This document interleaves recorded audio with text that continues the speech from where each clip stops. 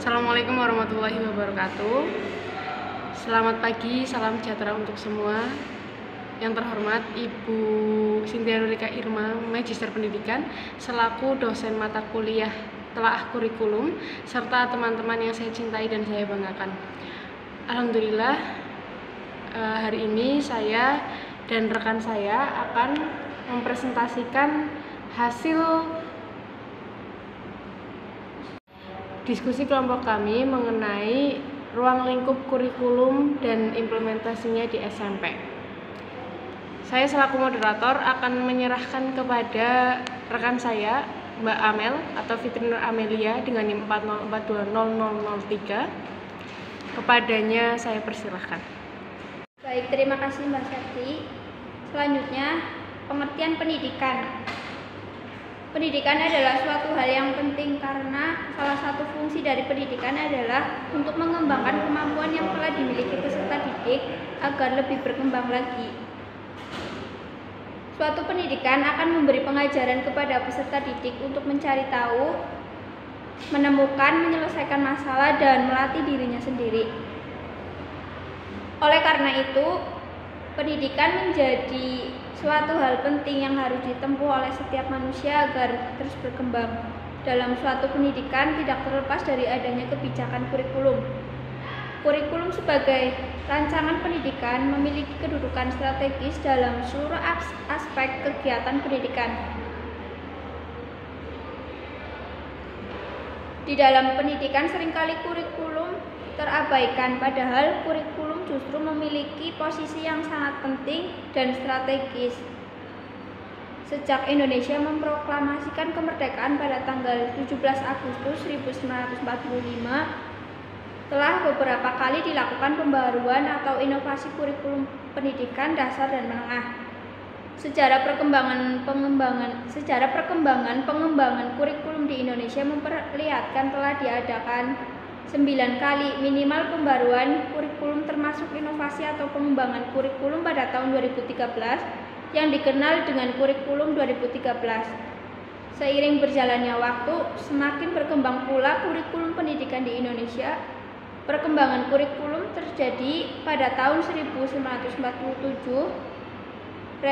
Renjana Pembelajaran 1947, kurikulum 1952, kurikulum 1964, kurikulum 1975, kurikulum 1984, kurikulum 1994, kurikulum 2004, kurikulum KTSP, kurikulum 2013, dan kurikulum Merdeka.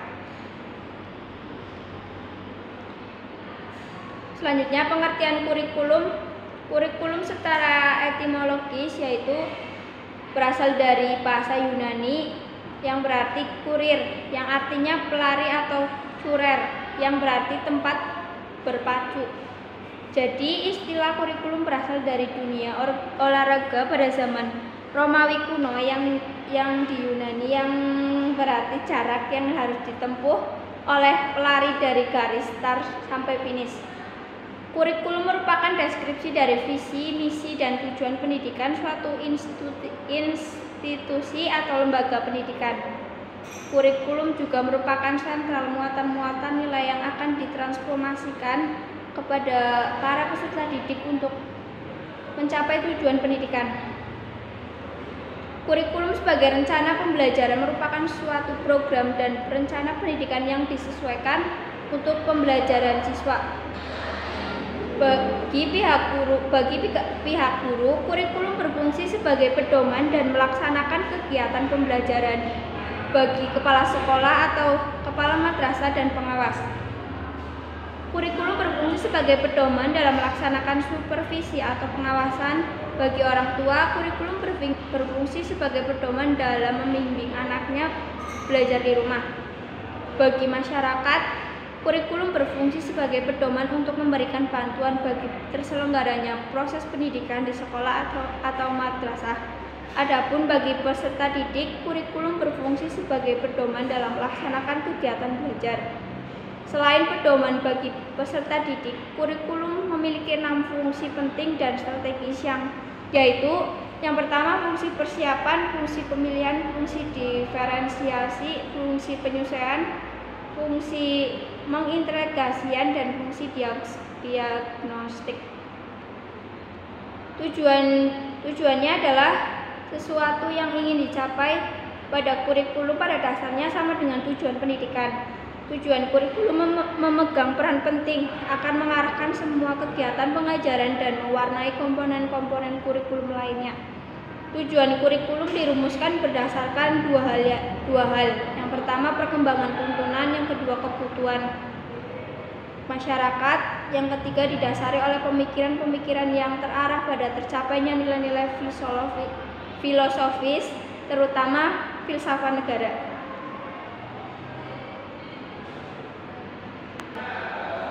Selanjutnya, kurikulum 13. Kurikulum 13 telah ditetapkan mulai dari tahun ajaran 2013 atau 2014. Penerapan ini dilakukan terutama di sekolah yang telah memiliki akreditasi A. Kurikulum 2013, pembahasan terhadap kedudukan kurikulum adalah penting karena posisi itu akan memberikan pengaruh terhadap apa yang harus dilakukan kurikulum dalam suatu proses pendidikan. Priyatni pada tahun 2014, kurikulum 2013 menjelaskan penyempurnaan dan penguatan dari kurikulum tingkat satuan pendidikan atau KTSP. Dengan demikian, kurikulum 2013 merupakan kurikulum terbaru dalam dunia pendidikan di Indonesia setelah kurikulum tingkat satuan pendidikan adalah standar kompetensi lulusan atau SKL. SKL ini adalah kriteria mengenai kualifikasi kemampuan lulusan yang mencakup sikap, pengetahuan, dan keterampilan.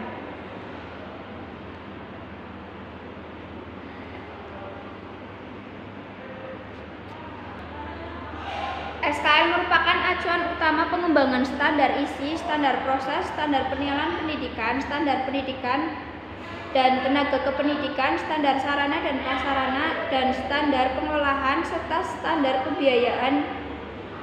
Menyatakan untuk mencapai kegiatan kompetensi pada kurikulum 2013, pembelajaran harus dilaksanakan dengan tujuan ideal. Yang pertama, dari peserta didik diberitahu menuju peserta didik mencari tahu. Yang kedua, dari peserta didik sebagai satu-satunya sumber belajar berbasis aneka sumber. Yang ketiga, dari pendekatan tekstual menuju pendekatan proses. Yang keempat, dari pembelajaran berbasis konten menuju berbasis kompetensi.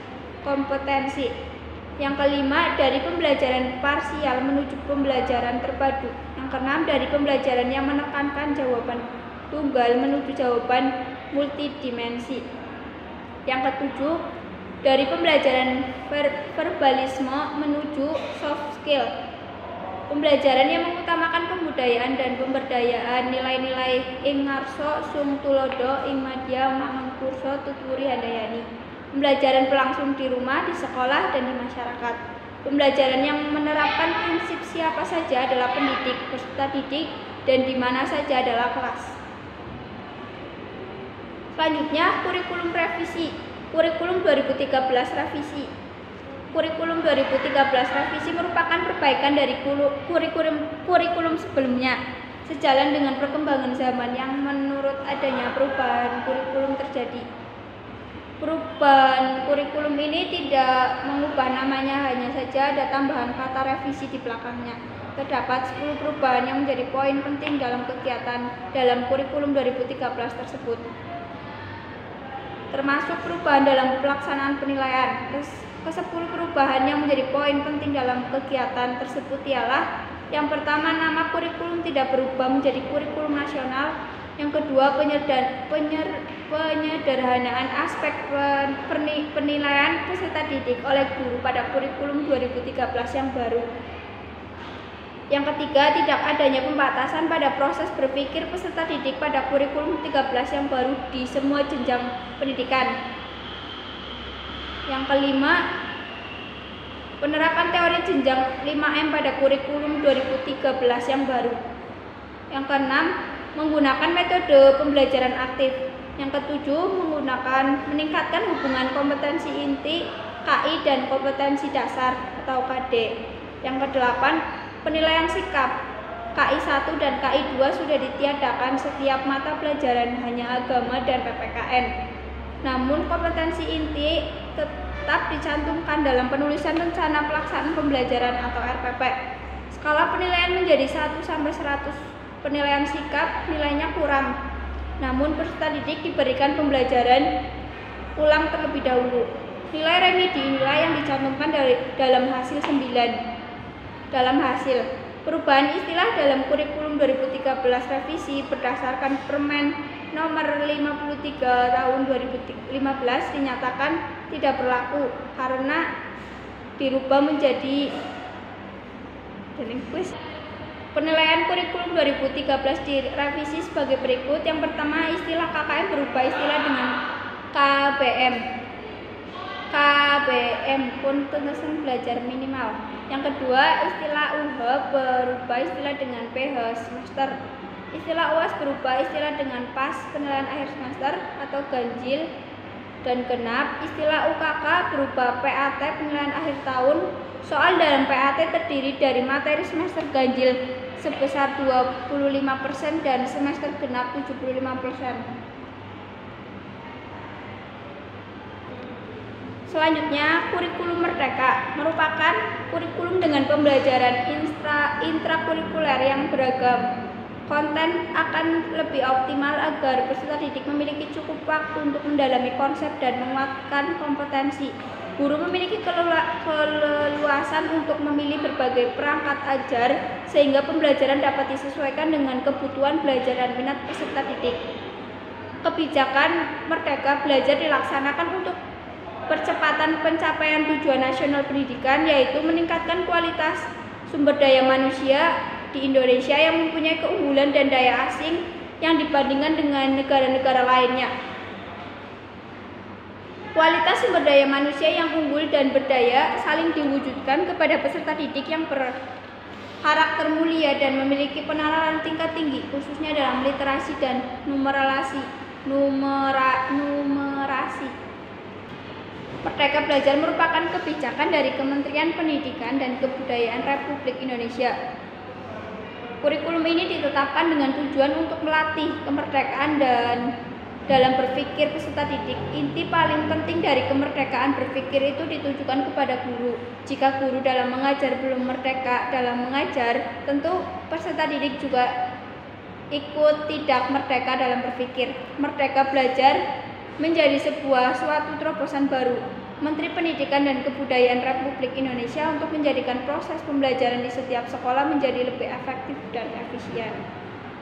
Struktur kurikulum SMP atau MTS terdiri atas satu fase, yaitu fase D. Fase D yaitu untuk kelas 7, untuk kelas 8, kelas 9, dan kelas 10.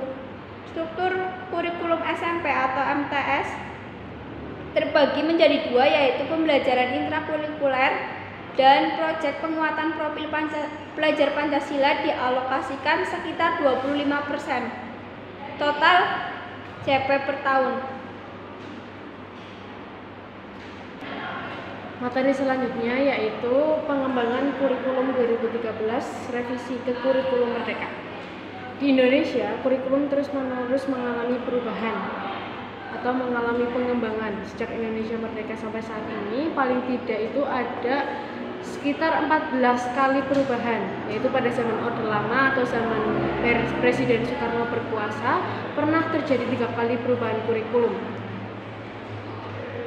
yaitu kurikulum rencana pelajaran tahun 1947, kurikulum rencana pendidikan sekolah dasar tahun 1964, dan kurikulum sekolah dasar tahun 1968. Kemudian pada zaman Orde Baru juga mengalami perubahan, sekitar ada 6 kali perubahan kurikulum. Kemudian setelah zaman Orde Baru berakhir dan berpindah menjadi masa reformasi, terjadi 5 kali perubahan kurikulum, yaitu kurikulum berbasis kompetensi atau KPK tahun 2004, kurikulum tingkat satuan pelajar atau KTSP tahun 2006, kurikulum 2013 revisi, dan yang terakhir ini yaitu kurikulum merdeka. Kebijakan pengembangan kurikulum 2013 revisi ke kurikulum merdeka itu didasarkan pada keputusan Menteri Pendidikan, Kebudayaan, Riset dan Teknologi Republik Indonesia nomor 56/M/2022 tertanggal 10 Februari 2022 tentang pedoman penerapan kurikulum dalam rangka pemulihan pembelajaran. Keputusan dari Kemendikbudristek ini diantaranya sebagai berikut. Yang pertama, dalam rangka pemulihan ketertinggalan pembelajaran learning loss yang terjadi dalam kondisi khusus. Satuan ketertinggalan pembelajaran satuan pendidikan atau kelompok satuan pendidikan perlu mengembangkan kurikulum dengan prinsip diverifikasi sesuai dengan kondisi satuan pendidikan, potensi daerah, dan peserta didik. Kemudian yang kedua, pengembangan kurikulum satuan pendidikan mengacu pada dasar serta pendidikan menengah dengan kompetensi inti dan kompetensi dasar secara utuh. Terus yang kedua, kurikulum 2013 itu untuk pendidikan anak usia dini, pendidikan dasar serta pendidikan menengah dengan kompetensi inti dan kompetensi dasar yang disederhanakan. Yang ketiga, kurikulum merdeka untuk pendidikan anak usia dini, pendidikan dasar, dan pendidikan menengah secara utuh. Kurikulum mengacu pada standar nasional pendidikan untuk mewujudkan tujuan pendidikan nasional. Yang keempat, kurikulum 2013 ini dilaksanakan sesuai dengan ketentuan peraturan perundang-undangan nomor undang-undangan. Kemudian nomor 5, kurikulum 2013 ditetapkan oleh pemimpin unit utama yang membidangi kurikulum, asesmen, dan perbukuan. Yang keenam, pemenuhan beban kerja dan penataan linearitas guru bersertifikat pendidik dalam implementasi pembelajaran pada kurikulum 2013 dan kurikulum 2013 yang disederhanakan dilaksanakan sesuai dengan ketentuan peraturan perundang-undangan. Yang ketujuh, bagi satuan pendidikan yang ditetapkan sebagai pelaksanaan program sekolah penggerak dan program sekolah menengah kejuruan pusat keunggulan, kurikulum yang digunakan mengacu pada kurikulum merdeka. 2. Pemenuhan beban kerja serta linearitas sesuai dengan keputusan Menteri ini.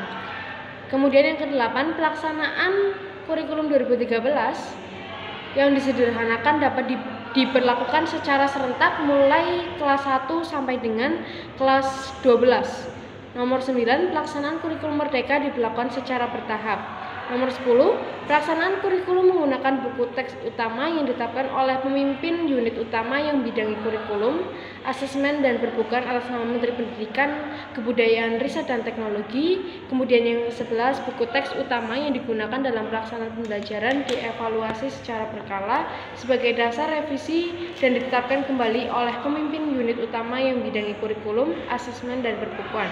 Nomor 12, ketentuan pemenuhan beban kerja minimal 24 jam tetap muka dalam 1 minggu dikecualikan bagi guru pada satuan pendidikan dalam kondisi khusus. Dan yang ke-13, kurikulum merdeka mulai berlaku pada tahun ajaran 2022-2023. Selanjutnya, implementasi kurikulum 2013 dan merdeka di SMP atau sekolah menengah pertama. Artikel Jurnal Implementasi Kurikulum 2013 dalam pembelajaran Bahasa Indonesia berbasis teknologi informasi dan komunikasi. Jadi ruang lingkup kompetensi dasar pada mata pelajaran Bahasa Indonesia itu terbagi menjadi 3 menurut Priantni, yakni ranah sikap, ranah pengetahuan, dan ranah kognitif, ranah keterampilan. Kemudian kompetensi dasar atau KD, ranah sikap terbagi menjadi ranah spiritual dan sosial. Kemudian KD pada ranah spiritual untuk jenjang SMP dan SMA fokus pada pewujudan rasa syukur terhadap keberadaan bahasa Indonesia sebagai alat pemersatu bangsa, sebagai sarana untuk memahami dan sekaligus menyajikan informasi secara lisan dan tertulis. KD, ranah sikap spiritual ini tidak diajarkan tetapi diintegrasikan secara langsung dalam KD ranah kognitif dan psikomotorik. Ranah sikap aspek sosial mata pelajaran Bahasa Indonesia berbeda di tiap kelas. Kompetensi dasar ini fokus pada karakter jujur, kemudian peduli, cinta tanah air, semangat kebangsaan, demokratis, kreatif, santun, percaya diri ketika melakukan aktivitas berbahasa baik secara lisan maupun tulisan. Ranah pengetahuan dan ranah keterampilan dalam kurikulum 2013 pembelajaran yang dilaksanakan adalah pembelajaran berbasis teks. Hal ini berangkat dari asumsi bahwa fungsi pembelajaran bahasa adalah mengembangkan kemampuan memahami dan menciptakan teks Kemampuan memahami dan menciptakan teks ini berdasarkan fakta bahwa kita hidup dalam dunia kata-kata. Menurut Puskur dalam Prianti, kompetensi literasi adalah kompetensi inti pembelajaran bahasa Indonesia dalam memecahkan masalah kehidupan. Kemampuan menyelesaikan masalah atau mencapai tujuan dalam dunia nyata dengan menggunakan teks sebagai alat utama kompetensi. Yang kedua, artikel jurnal pembelajaran bahasa Indonesia berdasarkan pendekatan saintifik atau problem based learning sesuai kurikulum 2013 di kelas 7 SMP Negeri 2 Amlapura. Kurikulum 2013 itu menekankan dimensi pedagogik modern dalam pembelajaran, yaitu menggunakan pendekatan saintifik atau pendekatan berpikir secara ilmiah. Pembelajaran bahasa Indonesia berdasarkan pendekatan saintifik adalah pembelajaran bahasa Indonesia yang dirancang secara prosedural sesuai dengan langkah-langkah umum kegiatan ilmiah. Pembelajaran bahasa Indonesia berdasarkan pendekatan saintifik bertujuan meningkatkan kemampuan intelektual, khususnya kemampuan berpikir tingkat tinggi para siswa. Dari analisis data mengenai pembelajaran bahasa Indonesia berdasarkan pendekatan saintifik sesuai kurikulum 2013 di SMP di kelas 7 SMP Negeri 2 Amplapura menunjukkan bahwa pendekatan saintifik terlihat dalam langkah-langkah pembelajaran. Pada tahap perencanaan pembelajaran, guru bahasa Indonesia kelas 7 SMP Negeri 2 Amplapura menggunakan silabus yang telah dikembangkan oleh Kementerian Pendidikan dan Kebudayaan atau Kemdikbud sebagai pedoman penyusunan rencana pelaksana pembelajaran atau RPP. Kemudian guru bersama MKMP Bahasa Indonesia Kabupaten Karangasem menyusun RPP sesuai dengan Permendikbud nomor 81A tahun 2013. Pada tahap pelaksanaan pembelajaran, guru menerapkan pendekatan saintifik dalam langkah-langkah pembelajaran, khususnya dalam kegiatan inti pembelajaran. Kegiatan pokok dalam pendekatan saintifik yaitu mengamati, kemudian menanya, mencoba, menegosiasi, dan mengkomunikasikan tidak dapat terlaksana seluruhnya dalam satu kali pertemuan karena terkendala waktu dan kemampuan siswa dalam menyerap materi pembelajarannya tidak menentukan. Saya serahkan kembali kepada pemateri Amel.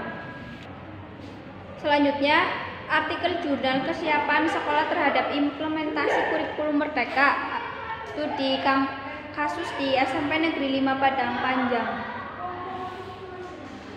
Kesiapan yang dilakukan oleh SMP Negeri 5 Padang Panjang tergolong cukup baik.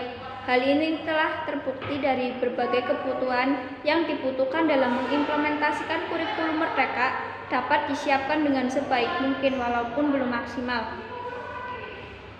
Kesiapan SMP Negeri 5 Padang Panjang terhadap implementasi kurikulum Merdeka ini cukup terbukti cukup baik dengan adanya saran dan masukan dari pengawas dan Dinas Pendidikan untuk melaksanakan kurikulum Merdeka pada level kedua pada aspek mandiri berubah. Hal ini mengidentifikasikan bahwa SMP Negeri 5 Padang Panjang telah cukup siap untuk mandiri dalam menyiapkan berbagai kebutuhan pelaksanaan kurikulum Merdeka yang dapat diakses dan dimodifikasi sesuai kebutuhan. Artikel jurnal selanjutnya yaitu implementasi kurikulum Merdeka di SMP Darul Rohmah Gandung Pelarak Ponorogo.